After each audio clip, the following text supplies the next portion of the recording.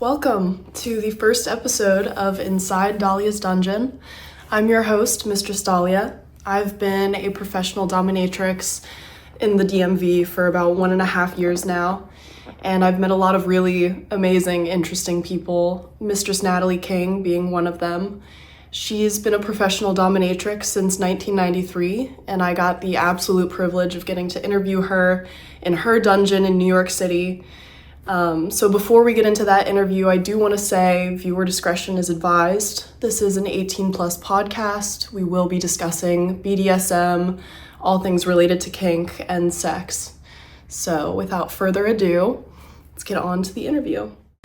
Welcome to our first episode inside Dahlya's Dungeon. Today I have the beautiful Miss Natalie. Thank you so much for joining and being our first guest. You're so welcome. Thank you for having me. Yes, absolutely. So just getting straight into it, what was your first memory related to kink? So I would probably say that my first memory related to kink was a book by Robert Mapplethorpe. And I was maybe 11 or 12 when I saw the book.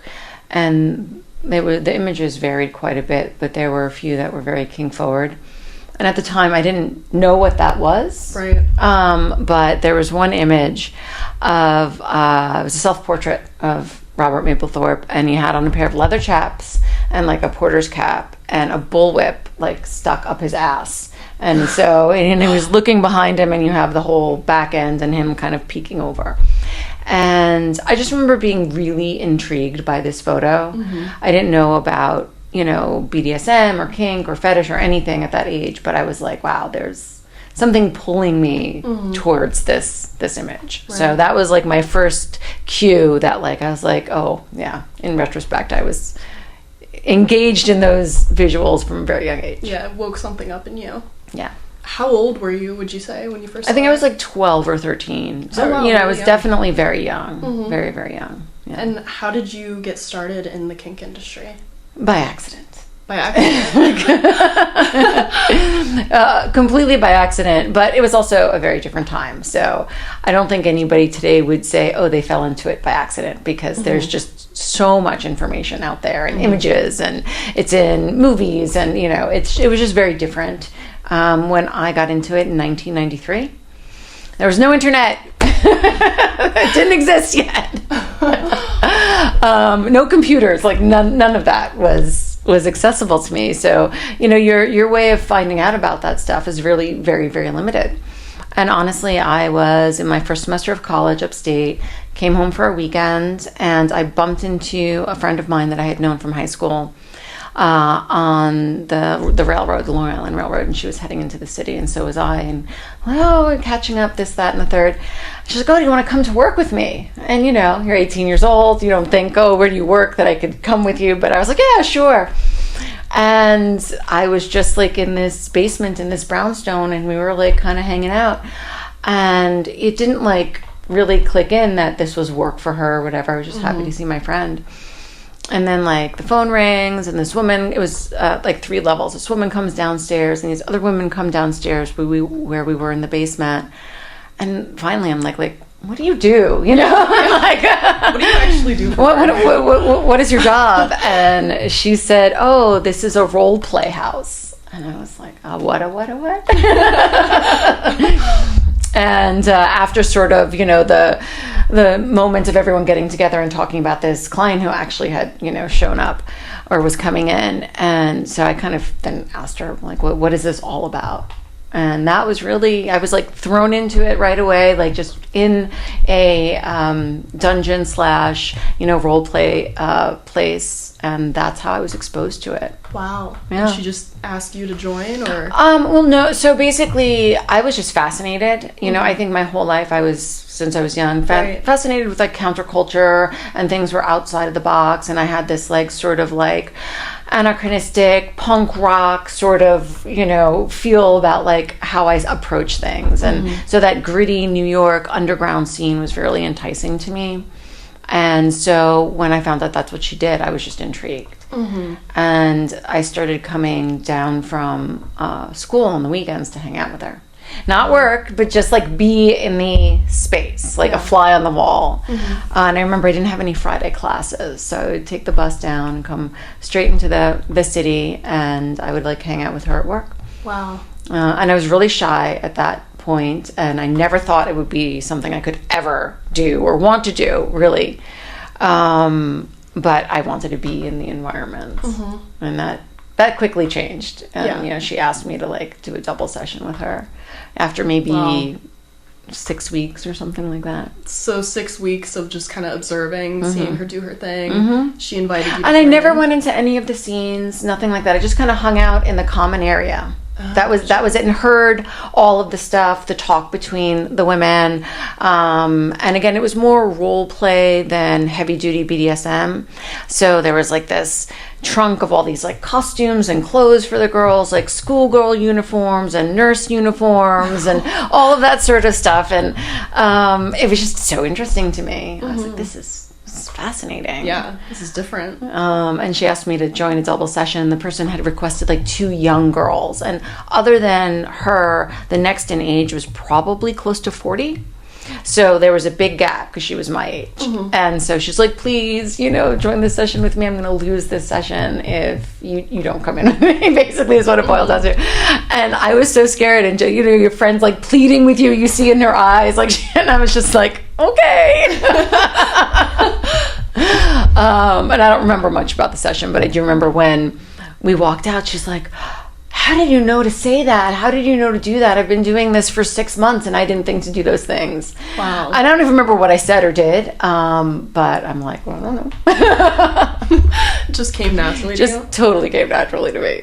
So do you feel like you had much of a learning curve as a dom? Oh yeah, I'm a massive learning curve. What was that like? It was crazy. First going into this, like my perspective of myself as like a sexual, powerful, dominant woman was pretty much non-existent. I had my first BDSM session before I ever had a boyfriend. Oh my God. So, I mean, I'm coming from a very interesting perspective, probably very different from most people, for sure. One, I was so young. Two, I was really, really overweight when I was a child, like 240 pounds. Wow. And I'd lost some weight when I started doing this, but still definitely overweight and not at all confident in who I was. But I thought that I wanted to go into acting. So for me, this was like, oh, I'm going to pick this character in my brain who is a sexy, dominant woman. And I'm just going to embody that, you know, for the sessions. Yeah. And so that was where it came from, but I had no hard skills whatsoever. And I also had no like personal life skills of what it was really like to feel that way. Right. So it was a huge like fake it till you make it kind of thing. And back then there was no online classes. The industry was very different. The community was not very supportive, unlike it is today. People were very hesitant to share information. You were pretty much kind of left to your own devices. And I'd say most of the stuff I learned in the first 2 years was from my subs, from the clients themselves. From their own input? Wow. Yeah, that's really where most of my learning came from, because there was like zero from the woman who ran the house. I remember the first time someone wanted an enema. I didn't even know what that was. Didn't even know what it was. And basically she's like, oh, there's a box upstairs, read the instructions. And this is like literally the person's already there. And I'm like looking at this box, I'm like, oh my God, what is this? Yeah, no, absolutely no help at all. You just had to figure it out on your own and hope to pray that you didn't kill someone.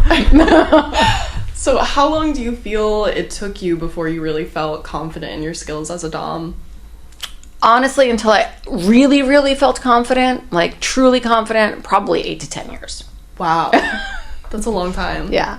I mean, the first 5, it was like I was like games. I was, as one not so very nice sub said, Mickey Mouse Mistress. Oh my God. He came from, I think it was Germany or something like that. And it was literally like my second or third year. And he was just like, oh, this is child's play. And he was right. He was totally right. That's not the nicest delivery, but it did take a while. Especially, again, there were no resources like there are today. Mm-hmm. There aren't lectures and people talking about how to do this. So unless somebody actually told you what they wanted and showed you, or you happened to meet someone who was more skilled and willing to share their knowledge with you, which was not always the case back then. It was very hard to learn how to do these things. Yeah. So you learned mostly by just doing. Wow. Yeah. That's impressive. Do you feel like it's changed much? Oh, complete 180. Yeah. Complete 180. I mean, so many places you can go. Dom boot camp, a million lectures online, a million podcasts, people who are really, really invested in teaching BDSM, kink, safety, consent. None of those words existed back 32, 33 years ago. Wow. Yeah. That must have been an intense learning curve for you. Wild, wild west back then. Yeah, I bet. So do you live kink 24/7? Do you have slaves or? I wouldn't say I live kink 24/7 in the way that people might perceive. Like I'm always in mistress mode in some kind of fabulous outfit, and like everyone around me is like treats me like mistress. That's not at all how I live my life. But it is a part of me 24/7 because my sort of kink dom expressions are a part of me as a human being, and there isn't a big differentiation between the two. So in that respect, yes, I live it 24/7. But is it all of the protocol and all of the, having slaves do X, Y, and Z for me when I'm not here? Like that, no, that doesn't exist. There's definitely a little bit of a separation between the two. Have you ever had slaves in your personal life? That I met through professionally, and then they kind of transferred over into a more personal service-oriented mode. Yes, on and off throughout the years. But taking that on is also a very intense relationship.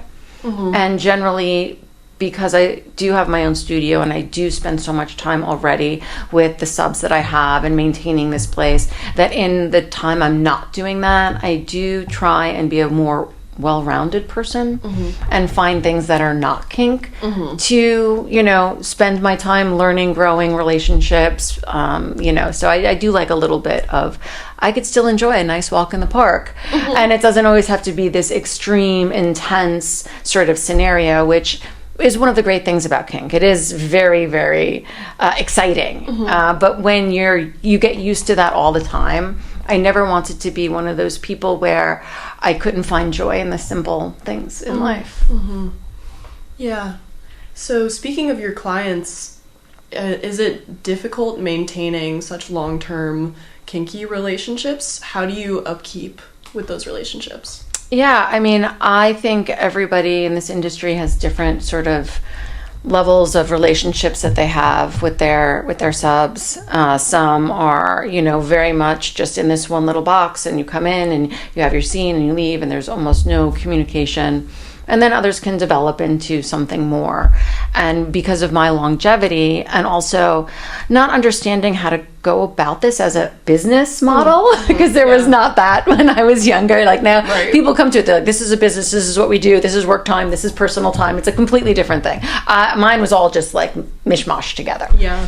Which led me to have some really great relationships. Like we're going on 25, 30 years for some people. Wow. So it has changed so much. You never set out thinking like, oh, this person's going to be with me for 3 decades, you know? Outlasted my 2 marriages, still have my subs that have been very successful relationships for a really, really long time. And, again, there's no rule book. So it really was just kind of trying to figure out each one as it's each individual relationship, because they're all really, really different. But I do appreciate the longevity, because people's desires, needs, wants, bodies very much change from, say, 50 when I met them and almost 80 now. Wow. So things develop, and you have to learn to adapt and to change if you want to keep the relationship going. And if both people are invested in that relationship, it becomes easy to make the necessary changes. Yeah. Yeah. What do you think are some of the key ingredients to a healthy DS dynamic or a healthy relationship with clients? Communication and trust. Hands down. Yeah. Those are probably the two biggest, most important things that you can have. And I think that's why a lot of my kink relationships have been very successful, because I've always prioritized that. And, we don't learn in vanilla relationships how to really necessarily express our boundaries and our consenting to things and talking about all of the sort of really deep emotional stuff right off the bat. Sometimes people never get to that. But in kink relationships, like, you start there. So there's such opportunity for like trust and bonding and growth when you're starting out on such a raw, open level. And I think there's a lot more emphasis on that now between people, and whether it's platonic friendships, family, therapy has helped. But 30 some odd years ago, you didn't talk about that stuff. Yeah. I'm Gen X. Like, it was very, very, very different. But because kink is based on that, like, you're starting with that. I always feel that communication is very, very important, and then trust. Both sides. I have to be able to trust my sub to be able to communicate and to let me know when things maybe aren't right or are too much. And if I can't trust that they're going to do that, then I'm not going to be able to do what I do best. Right. And they have to be able to trust me that I'm not going to pass any hard limits or put them in situations that they don't want to be in. Absolutely. It's a two-way street. Yeah. Yeah. So what is the longest client relationship you've had? Yeah, I mean, I tried to figure that out several times, and it's kind of hard to pinpoint because, you don't remember when you first met. Yeah. But I definitely have a few that are in that sort of 27 to 30 odd year mark. And have you always been in communication with them, or have you taken breaks from these relationships? No, it's been pretty consistent. Wow. Yeah. That's and I mean, it amazing. changes some, like back in the day, it was probably like once a week. And maybe now it's once every 3 months. Or the opposite. Back then it was once or twice a year. And now maybe it's like, I'll communicate with them in some form almost every day. Wow. Yeah. So on your website, you talk a bit about kinky coaching. Could you tell me a little bit about that? What does that look like? It's just like life coaching, but if I know that you have sort of kink motivators, then I can easily incorporate that into whatever other more traditional kinds of coaching you want. Yes. My specific is generally more like health and fitness related, because as I said, I went through my own very massive change when it came to health and fitness, being so overweight for so long that a lot of people will come to me because I have my life coaching certification, and I've done regular traditional life coaching for actors and people who want to lose weight or set goals. But I thought, because a lot of what I do in my, kink world is goal driven for those who want it, that it was very easy for me to then kind of make my own kinky coaching for people who want to improve, whether it's, their daily habits, their sleep hygiene, their diet, or just life goals that they have, and just make it a little more kinky. That is so fun. It's a really good motivator having a dom kind of hold you accountable and make it fun in a way that they can express themselves and add a little spice to it. Yeah, and for some people, even if they don't want a lot of kink embedded in their coaching, just again, like knowing I am a dom has some sort of draw to it. It's a bit of a motivator. Yeah. It's like, what I could do. Don't do what you're supposed to. I will hold you accountable in a way you really don't want. So you're born and raised New York. You're a true New Yorker. I'm a true New Yorker. Yeah. So how would you say the kink scene and the fetish scene has changed over the years? Again, I think this is across the board, not just in New York. but the whole dynamic of this industry has changed, where back when I started in the early 1990s, it really wasn't an industry that you chose. I hate to say that, but I would say 95% of the people that I knew that did this were kind of doing it out of necessity and not want or desire. Most of the people, drugs, alcohol, etc., like a good 75%. And then there was a good 20% or so who are like, they have kids, they have a family that they need to support. And really this work was the only kind of work that they could do to pay the bills. It was not like the mental health profession back then, for sure. Yeah. The people who participated in it on my end were generally not like, oh, I'm so proud of what I'm doing. It was definitely extremely different.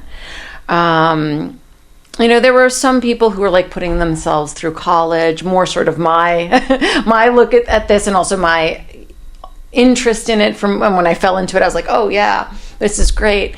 Probably if I knew it existed, I would have chosen this.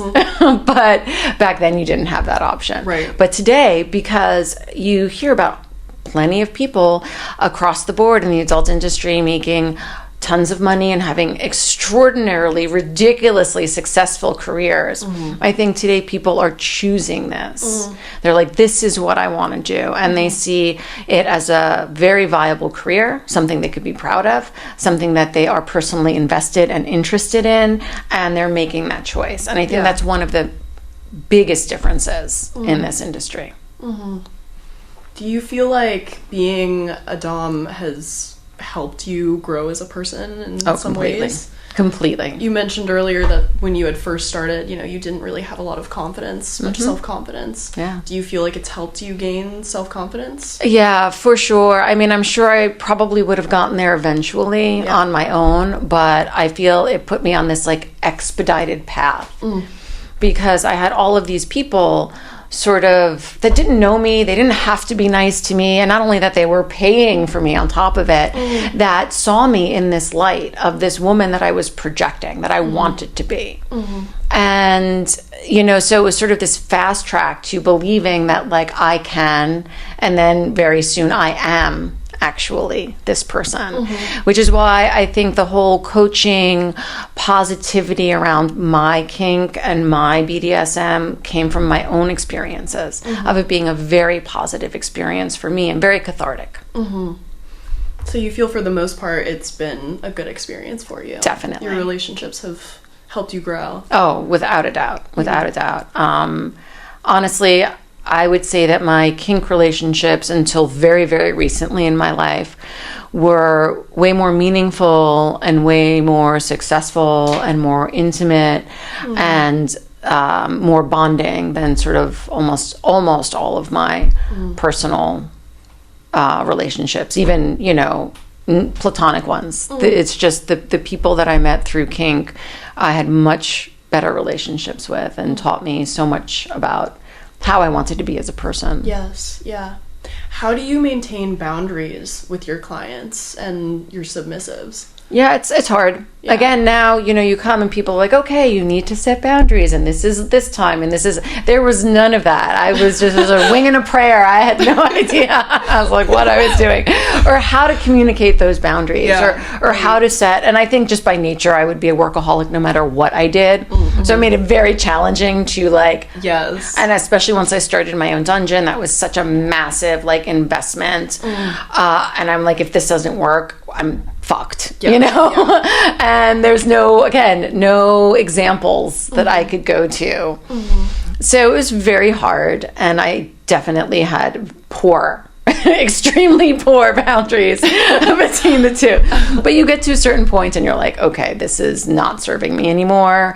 This is something that's going to expedite me burning out. Oh my God, burnout is real for doms. And I saw it. I saw the people there one by one dropping off, and I'm like, I don't want that to be me. What can I do to make sure that doesn't happen to me? And so I did have to kind of look at my relationships and how I was approaching things and put more restrictions and boundaries in place, hoping that the people on the other end would understand why I was doing this.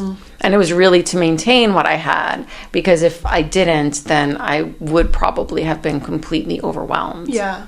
What are some of those main boundaries that you set with either new clients or just clients in general that have helped you? Yeah, so I think the biggest thing is time. Yes. You know, I've been doing this a long time, so I've been extraordinarily fortunate, and I have a lot of people that I see and know and want to communicate with me, even if it's just about, you know, day-to-day stuff, not kink stuff. And having to sort of impress upon them that, like, we could do this, but it's got to be on, like, my time schedule. Yes. And that's very important, because otherwise I could literally spend a whole day just chit-chatting about, you know, the weather to 30 people and get nothing done in my life. And then you're stressed out and you're like, oh my God, I've been so unproductive and I have a million things.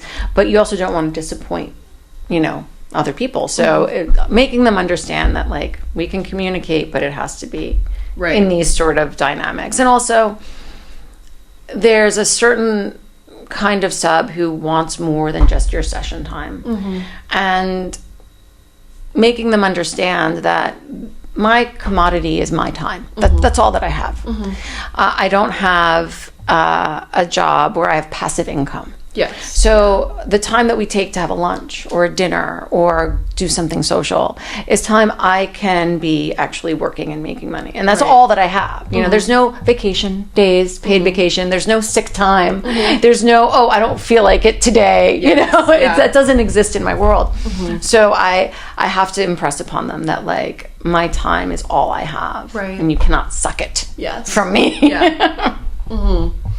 Without giving me some sort of understanding of how, like, that is that you need to appreciate that time is. Absolutely. Time is valuable. Yeah. Especially when you're your own boss.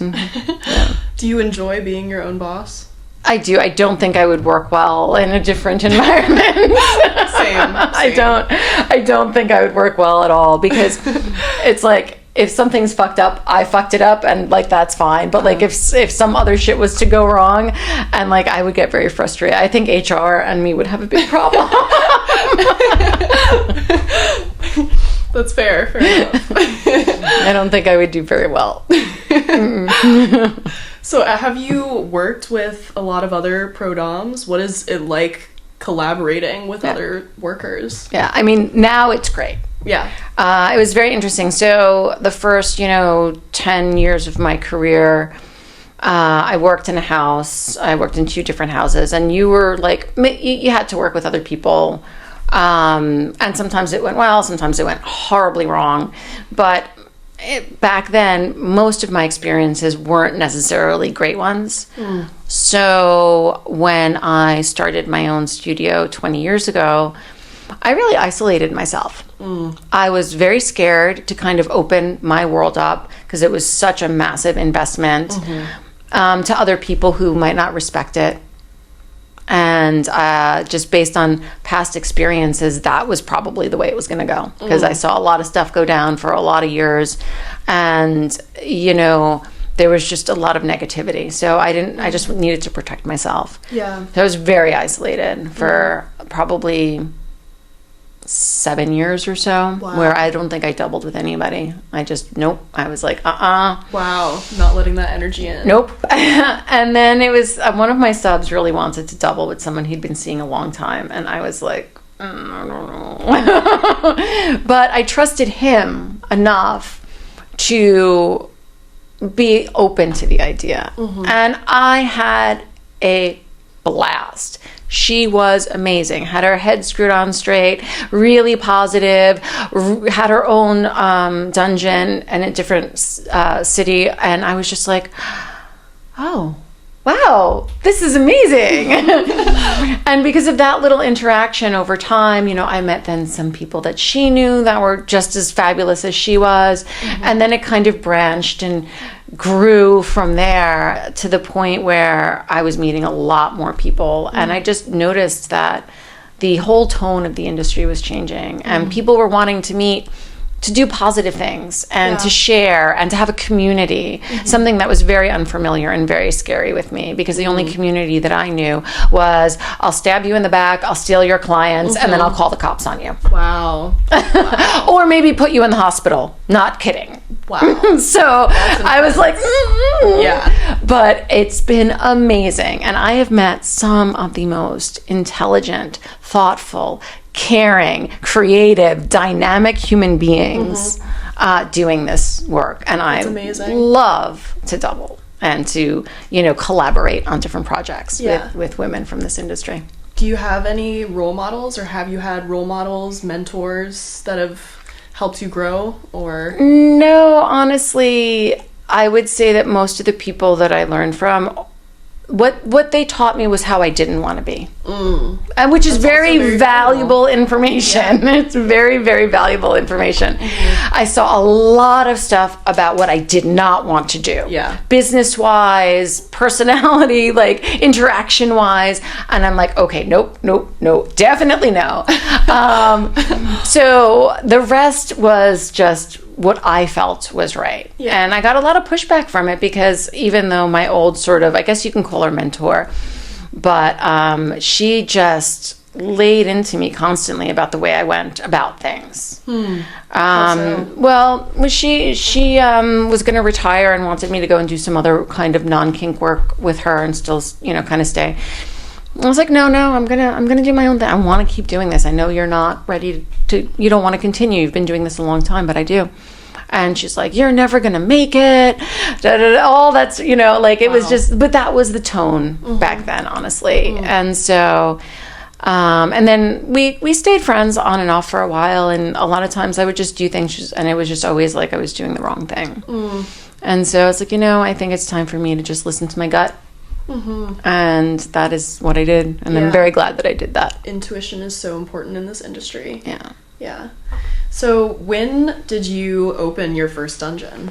Yeah, it was 20 years ago. It was 20 years in November of 2025. Wow. And how much did you invest in that space? Back then, I believe it cost me about $90,000. Yeah. And what was that process like, building your own dungeon, getting all the equipment in, and it was so getting scary. people to come? Yeah. It was so scary. I mean, I had no role model. And the one that I did have, the one person I knew who was, a very successful businesswoman, just told me, like, this is going to fail. Wow. And so thank God, youth and like just drive, because if I knew what I knew now back then, I probably would not have done it. I would have been like, absolutely, there's a huge risk, no way. I was not smart enough back then to know what I was doing was insane, which is great. It was a very good thing. So it was definitely a very scary experience. It's hard to find legal advice, like, what am I doing? What if your landlords find out?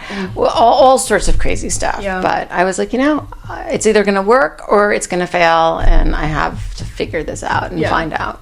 Did you have much of a community helping you? None. I did it 100% on my own. Wow. Other than my old employer, she was the only connection I had to anybody in the industry. That's wild. Yeah. So I had no colleagues. I had no one else to talk to. I just did it 1,000% on my own, because even like working for her, there was a lot of like, you can't kind of go to competition. You can't like, find other people in the industry. So I had no way of knowing anybody else. In the last, I think it was 3 years that I worked for her, she had let everybody else go. So it was just me and her. Wow. Yeah, so I didn't have any colleagues at that point. Wow. That's very impressive. Very terrifying. It was terrifying. And so when did you switch to this new space? I guess I took the lease maybe 14 months ago, and I've been up and running, I would say now since September, October. Of this year? Of 2025. Of 2025. Yeah. Wow. That's incredible. Yeah. I'm just still, every time I'm in here, well, this is only the second time I've been here, but I've looked at photos and it's just, what is your favorite piece of equipment in here? All of it is incredible, but if you had to pick one. That chair, which we can't see, sorry. we could move it. Maybe not. There you go. Yes. The medical chair. Yeah. Is medical play is your favorite kind of fetish? I don't know. I mean, it definitely is a massive interest of mine, for sure. And something I specialize in and I'm very skilled at. So, favorite is a hard term, but it's one of my main focuses. How did you get into medical play? How did you learn that skill? I guess it all stemmed from, well, one, like that enema experience, that fear is what did it. Fear, absolutely. Fear is a powerful motivator. I did want to be a doctor when I was a kid, when I was a little kid.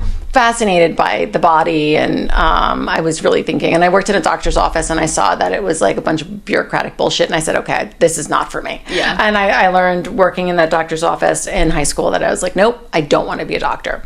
So I kind of put that out of my head, but the interest in all things medical was still there. And then I fall into this career and people are like, oh, play nurse, play doctor, oh, pierce me, oh, I want a sound. And I'm like, I get to be a doctor and I wear way better clothes. I get to look cute while I do it. And there's no insurance that I have to deal with. Insane student loan debt. Exactly.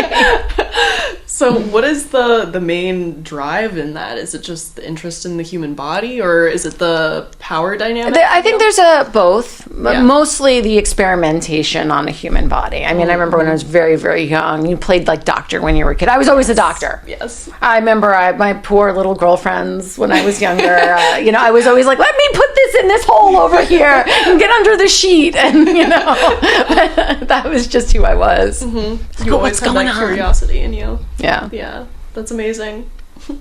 So going back to questions about clients, have you ever had to terminate a client? I have, not that many. Most will self-terminate in a way. They do something that they know that was it. They're not coming back. And a couple of times I've had to kind of fire my clients, some of which, came back. They were not fired permanently. It was just like a temporary thing. Yeah. I can be pretty forgiving when, there's the right motivation and understanding on both parts. But yeah, I've had a few where it's just not working. And for one reason or another? Yeah, sometimes it's not even like a bad reason, so there's a difference. There's like, I've seen people where, there's zero wrong with the dynamic, the session, but for some reason it's just like, I'm not feeling it. And, you get to a certain point where you feel like, one, you're doing them a disservice. So I feel guilty because I feel like I just want to be like somewhere else. Yeah. And that's not fair to them. I'm sure that there's plenty of other people out there who would just be better suited. And so in those situations, I try and pass them along to people I think they would connect with better. And 9 times out of 10, it's very successful. Okay. So there's that sort of firing where it's just like, this is not working. Yeah. And then there's obviously for various reasons where you have to let people go that are not as positive. Like there is something wrong and they don't respect a particular boundary. Or you just feel like they're practicing from a place that is detrimental. And it's a very kind of skilled, intuitive thing that takes time to figure out. I always want people to feel better when they leave seeing me. I could humiliate them and cause them all sorts of horrible pain and just do terrible things to them. But unless I'm convinced that they're feeling better afterwards, it's not going to make me feel good. Yeah, and some people do use this to truly, be self-deprecating and cause harm to themselves, even if not physical harm, mental harm. And I just can't participate in those sorts of activities. Yeah, absolutely. I don't feel good about it at all. So being able to kind of navigate if there's way too much guilt, which is another thing that happens. Some is understandable, especially if you have other like people in your life and you feel you're doing things. But if you're really doing this just to beat yourself up, I can't be a part of it. That's fair. Yeah. That makes sense. Have you ever dated any clients? I've never dated any clients. There were definitely a few clients that if my personal life was different, I could have seen dating them for sure, but it just wasn't really available to me. Yeah. Is that a personal boundary you have, or is it just kind of never worked? Well, I was in 2 long-term relationships that lasted a combined 25 years. So, dating wasn't really an option. Right, yeah, that makes sense. And currently, I am in a relationship, and it's great and wonderful. And so, like, if I did meet somebody, I'm not looking to really bridge into the dating world. So I haven't been really single for most of my career. How do you navigate being in a relationship and then also doing this kind of work? Has that ever been an issue for you, or has it always just been totally accepted? No, it's been fine. I mean, not that I'm in like the poly community kind of thing, but I've always felt after a few years of doing this that like not one person can be your everything. So I am very good at having very successful, wonderful relationships in different areas of my life that fulfill different things. Yes. Yeah. So even though I might be in a vanilla relationship, it doesn't mean I don't have several other really intense kinky relationships happening at the same time.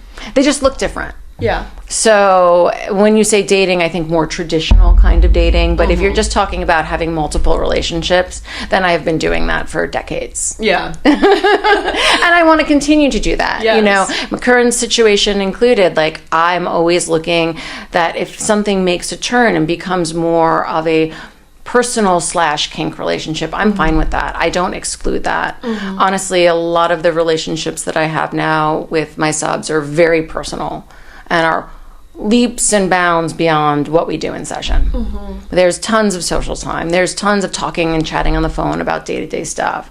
And those relationships are probably the most important ones to me that I'll ever have. Wow. Yeah. So do you explore much of the kink scene in New York, like parties, clubs? Not anymore. No. I did that like my first, I think 7 to 10 years of doing this. And then also just going out to clubs and stuff is something that I kind of transitioned past. Yeah. And so currently I don't really, and COVID was a big thing for me. Like even pre-COVID, there were still parties I knew about. So if I was in the mood every once in a while, I would go out.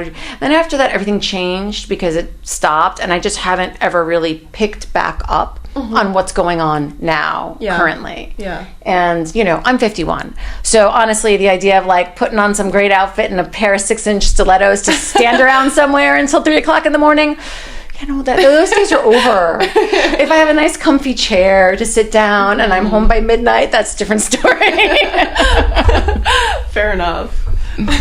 Yeah. So my next question for you is for submissives who want to start getting more into the scene, who want to find a dom. What kind of advice would you give to those people that are searching for a dom that fits them? How should they approach doms? Well, the great thing is now most doms have information. Some tons and tons of information. So do your research, and if you see somebody who seems interesting to you, read their website, read their profile, see what they're asking of you. A lot of people don't understand that when you contact someone, just this like random, like, hey, are you available kind of stuff, it's probably not going to work. Yeah. There's probably some protocol that they're going to ask you to go through. And if you follow it the way that individual asks you to follow it, then that's a very good starting ground for both of you. And I know if you're complete novice, you might not have any idea of what you really want to do or don't want to do. But you go from where your interests lie. What have you seen visually that's exciting to you? When you think about it, what does it look like? Like, have that information. And I would say, talk to the person before you meet them. And I know some people only text, or some people do this, or, whatever the protocol is.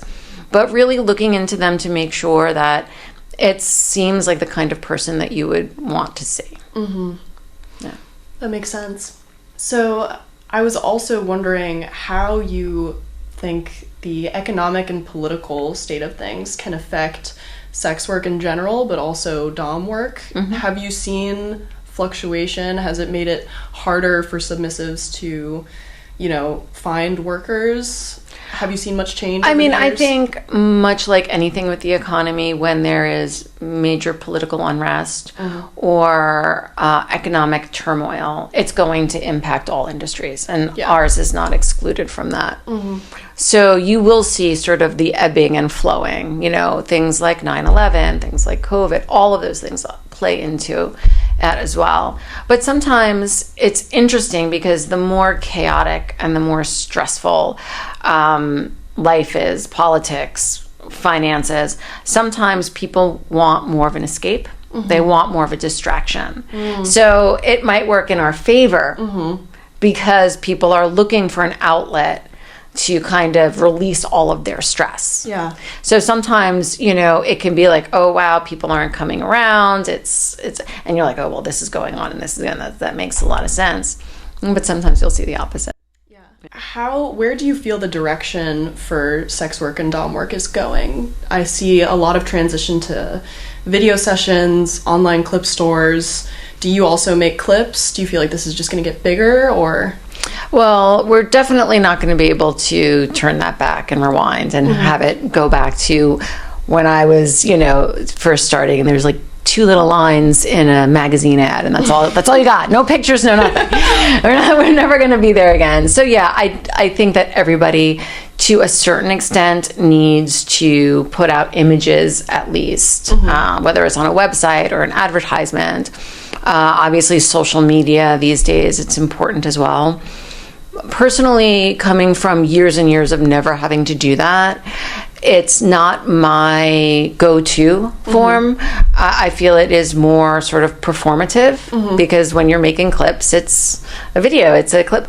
The clips that I do, which I do them, not a lot, but I do them, they're really just sort of videos of my in-person session.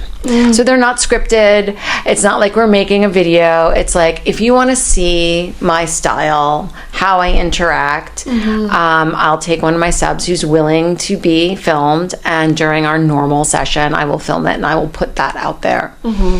I'm not adverse to doing sort of more orchestrated and constructed clips, but it's just something I don't have the time or interest in marketing. And much like this is very much a business, that is a whole different kind of business that I don't know a lot about. Right. And unless you invest a lot of time and energy into building that as a business, it's probably not going to be very successful. And it's not what I love to do. So I'd way rather focus my time and energy on things that I do like to do, which is in-person sessions. I do like to do some custom videos. Those are always really fun if I get requests for a person, because then it's like I'm sort of interacting with that person virtually when they can't see me, which is great. Like those are tons of fun. But yeah, I definitely think that it will continue to be a big trend. It will continue to grow over time. What's a fun request you've gotten for a custom clip? Recently, I just had a custom clip request that was a medical scene, Nice. So that was always fun. It was sort of like, big glove fetish and sort of the more of the latex kind of going on and off and making it all shiny. And that's always like fun. And I have a few people I do a lot of customs for, both audio and video. And they always come up with like the craziest, most like bizarre themes that I can extrapolate on. And so they'll send me like a line or two about something, and then I just get to be really creative. And it could run the gamut from nipple torture, feminization, medical play, massive bondage or sensory deprivation. It could be cuckold scenarios, like whatever it is, but just like a little theme. And then it's like they're just along for the ride. Very nice. You just get to let your creative freedom flow. Yeah, it's fun. That's amazing. So what are some skills that you're still learning as a dom? What are a few fetishes or kinks that you're still learning or that you really want to get into? At this point, there's not too much that I am going to spend a lot more time learning, even though if I had more time, I would. Like, I have enough skills that I'm like, okay, for me to learn X, Y, and Z, I don't know if I have the time to do it currently.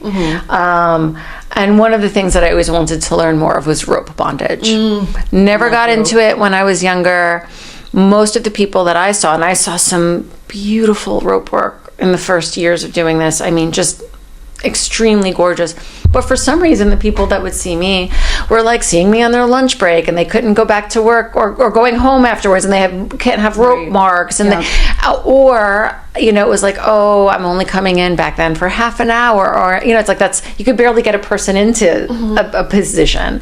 So because of the more business side of it and restriction side of it, I never got into rope, but I find it such a gorgeous art form. And one day in like semi-retirement, I will probably start to learn rope bondage.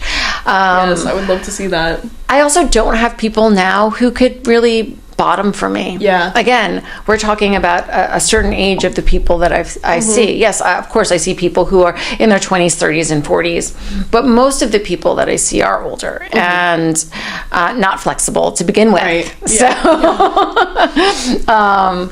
and then there are kinds of bondage that are more accessible to me, and I'm always apt to learn more about bondage in general and different configurations. And I definitely feel I would love to kind of have that resource as well to kind of push my knowledge a little bit further.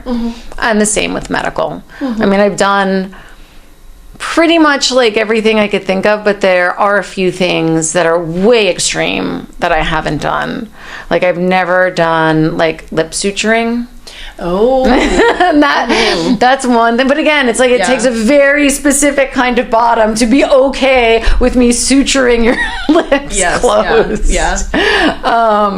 So there's like very few little things that like just I've not had the opportunity. But when I think about it, it's like most of the extreme stuff I have done.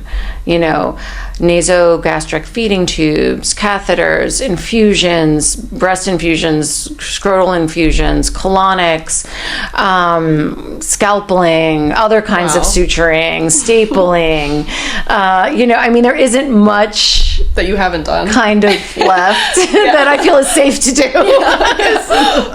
We could do a whole episode just on your medical play stuff. Yeah. So, but definitely, if there's other new fun stuff, I'm totally open to that as well. Amazing. Yeah. Well, those are all the questions I have for you today. Thank you so much for being our first guest. You're amazing. You're so talented at what you do, and this is just a huge privilege. So thank you for having me. I hope that your podcast is super successful. Thank you.